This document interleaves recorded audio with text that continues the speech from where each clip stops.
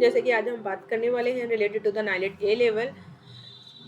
NIELIT A level क्यों important है, किस लिए इसे हमें करना चाहिए, कि जो स्टूडेंट्स क्या कब इसे हम कर सकते हैं और कैसे हम इसे ज्वाइन कर सकते हैं ए लेवल कोर्स को, क्या इसके लिए एलिजिबिलिटी क्राइटेरिया है, क्या क्वालिफिकेशंस होनी चाहिए, वो सब इसमें हम डिस्कस करेंगे। तो let's start related to the NIELIT A level course according to the R5 syllabus. जैसे कि आपको पता है कि सिलेबस चेंज हो चुका है R5। तो बेसिकली इसका ऑब्जेक्टिव क्या है ए लेवल कोर्स का, तो objective of the course is to impact required knowledge and skill in the IT. Means जो नॉर्मल जो पर्सन होते हैं जैसे बीटेक या एमटेक करते हैं कंप्यूटर साइंस से रिलेटेड, इनको 12th में साइंस होती है, बट ए लेवल की हम बात करते हैं तो ऐसा बैकग्राउंड नहीं कि भी इसका साइंस वाला ही होना चाहिए, आर्ट्स वाला कॉमर्स वाला, ये कोई भी इसे कर सकता है। बट इसकी कुछ टर्म एंड कंडीशंस हैं कि हम ए लेवल को करने के लिए क्या टर्म एंड कंडीशंस है वो इसमें हम रीड आउट करेंगे।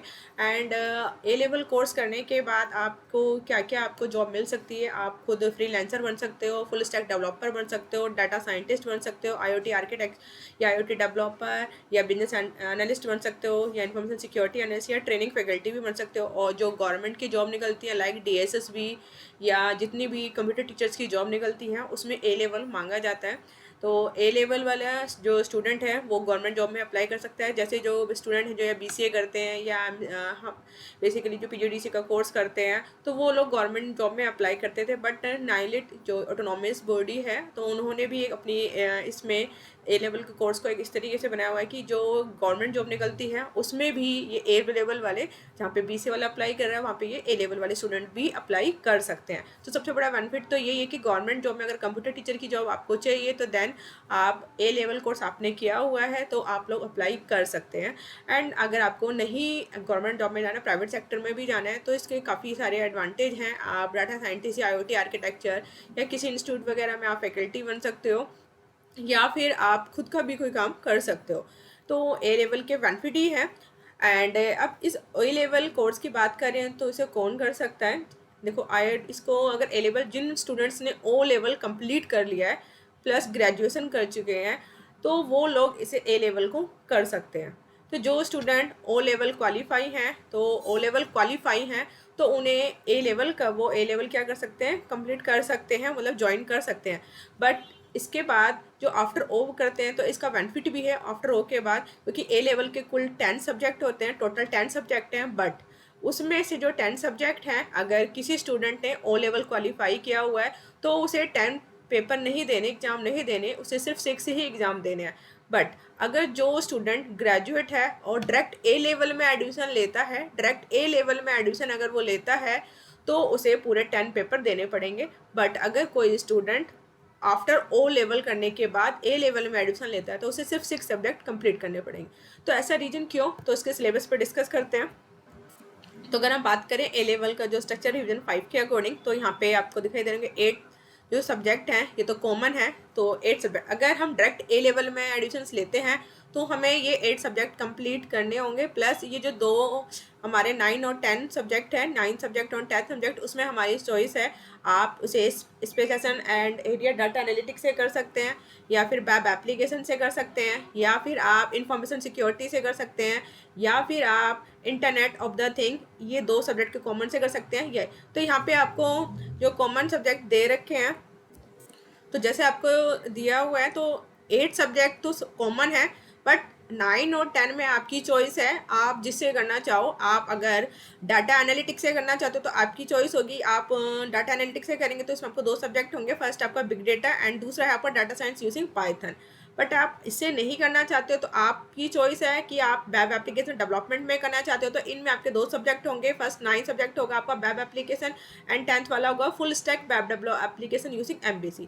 बट अगर आप ये भी नहीं चाहते तो आप स्पेशल एरिया इन जो दे रखे हैं 5 इनमें से एक चूज़ करोगे और उसी के अकॉर्डिंग ये 2 सब्जेक्ट आपको एग्जाम देने होंगे। बात करते हैं हमारे जो 8 सब्जेक्ट हैं, तो इसमें से अभी जो मैंने बोला कि आफ्टर O लेवल वाली जो स्टूडेंट है उन्हें सिर्फ 6 एग्जाम देने हैं। तो क्योंकि 6 एग्जाम में से जो यहाँ पे देने हैं तो हमने 4 एग्जाम कौन से नहीं देने। तो जो बच्चे O लेवल कर चुके हैं तो ऑलरेडी उन्होंने IT टूल नेटवर्क बेसिक कर चुका है, उस बच्चे ने वेब डिजाइनिंग पब्लिशिंग का एग्जाम भी दे दिया, उस बच्चे ने पाइथन भी दे दिया और उस बच्चे ने IoT का एग्जाम दे चुका है। तो ये चारों सब्जेक्ट O लेवल और A लेवल में कॉमन है। तो इसीलिए जो बच्चे ओ लेवल कर लेते हैं और फिर उसके बाद ए लेवल में एडमिशन लेते हैं तो उन्हें ये 4 सब्जेक्ट का एग्ज़ाम देने की ज़रूरत नहीं होती, तो उन्हें सिर्फ 6 एग्ज़ाम देने होते हैं, data structure and CO computer organisation operating system, next है डाटाबेस टेक्नोलॉजी, फिर सेट जिसे बोलते हैं system analysis design and testing, and बाकी के 2 जो आपको चॉइस होगी जिसमें जो 5 स्पेसिफिक एरिया है उनमें से अगर आपको चूज़ करना है। तो यहाँ पे आफ्टर ओ के बाद 6 और डायरेक्ट अगर वो ए लेवल में लेता है तो उसे 10 एग्ज़ाम देने होते हैं। ठीक है, तो इससे रिलेटेड थोड़ा और भी डिस्कस करते हैं। तो आप यहाँ पे देखोगे तो ये जो 8 है ये मैंडेटरी है, ठीक है, एंड जो ये 4 मॉड्यूल थे ये अगर जो बच्चा डायरेक्ट मतलब सीधा डायरेक्ट अप्लाई कर रहा है ए लेवल के लिए, उसने ओन नहीं किया है तो उसे ये 8 तो उसको देने हैं, अगर जिस बच्चे ने ओ लेवल किया हुआ है तो उसे ये 4 एग्ज़ाम नहीं देने होंगे।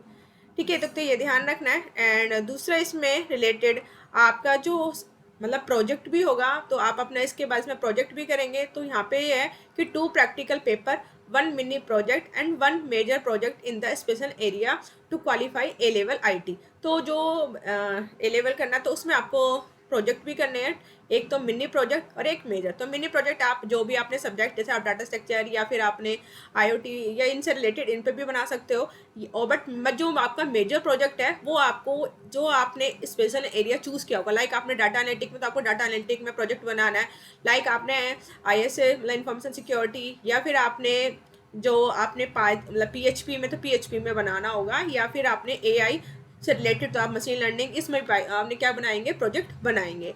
तो ये था हमारा ए लेवल से रिलेटेड पूरी इन्फॉर्मेशन।